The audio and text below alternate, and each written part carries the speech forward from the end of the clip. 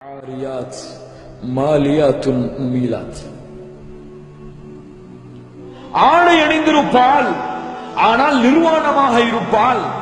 அவளும் பிறர் பக்கம் சாய்வாள், பிறரையும் அவள் பக்கம் சாய்ப்பாள். இவள் நரகத்தை சேர்ந்தவள். ஏன்? இவள் சொர்க்கத்தின் நறுமணத்தை கூட நுகர முடியாது. என்ன ஆகுவாங்க இவர்கள் மறுமையிலே? அல்லாவின் இரக்கம் காட்டப்படவில்லை என்றால் இந்த பெண்கள் எங்கே சேர்வார்கள்? இன்னைக்கு பார்க்கிறோம் முஸ்லிம் பெண்களுடைய ஹிஜாபில் நடக்கக்கூடிய குறையை. அல்லாஹ்வுடைய மார்க்கத்தை தூர எறிந்துவிட்டு பள்ளிக்கூடங்களிலே ஹிஜாபை பேணாமல் இருக்கக்கூடிய பெண்களை, கல்லூரிகளிலே ஹிஜாபை அணியாமல் ஆண்களோடு கலக்கக்கூடிய பெண்களை, அப்படியே ஹிஜாப் அணிந்தாலும் இஸ்லாம் முறையில் இல்லாமல் அழகோடு ஆலங்கனத்தோடு அழகோடு அலங்காரத்தோடு அவரும் பிறர் பக்கம் சாயும்படியாக, பிறருடைய பார்வையும் அந்த பெண்ணின் பக்கம் சாய்க்கும்படியாக ஆடைகளை அணிந்து வருபவர்களை ரசூலுல்லாஹி ஸல்லல்லாஹு அலைஹி வஸல்லம் சர்டிபிகேட் கொடுத்தாங்க. அந்த பெண்களுக்கெல்லாம் நீங்க எழுதி கொடுத்துருங்க, நீங்க நரகவாதிகள்.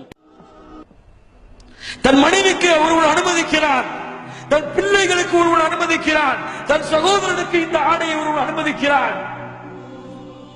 சுப்ஹானல்லாஹ். அவங்களாவது நரகத்தில போக மாட்டான். இதை அனுமதிச்சவன் என்ன ஆவான் தெரியுமா? அல்லாஹ் நாளை மறுமையிலே அவனோடு பேச மாட்டான், அவனை பார்க்க மாட்டான், அவனை சுத்தப்படுத்த மாட்டான். யார் அவன்? தன் உம்மத்தவர்கள், தன்னுடைய குடும்பத்தார்கள் பாவத்திலே மானக்கேடான விஷயத்திலே இருக்கும் பொழுது அதை பார்த்து தடுக்காமல் இருந்தது. முஹம்மது நபியின் உம்மத்திலே நடக்கக்கூடிய காரியங்கள். சுப்ஹானல்லாஹி ரப்பில் ஆலமீன்.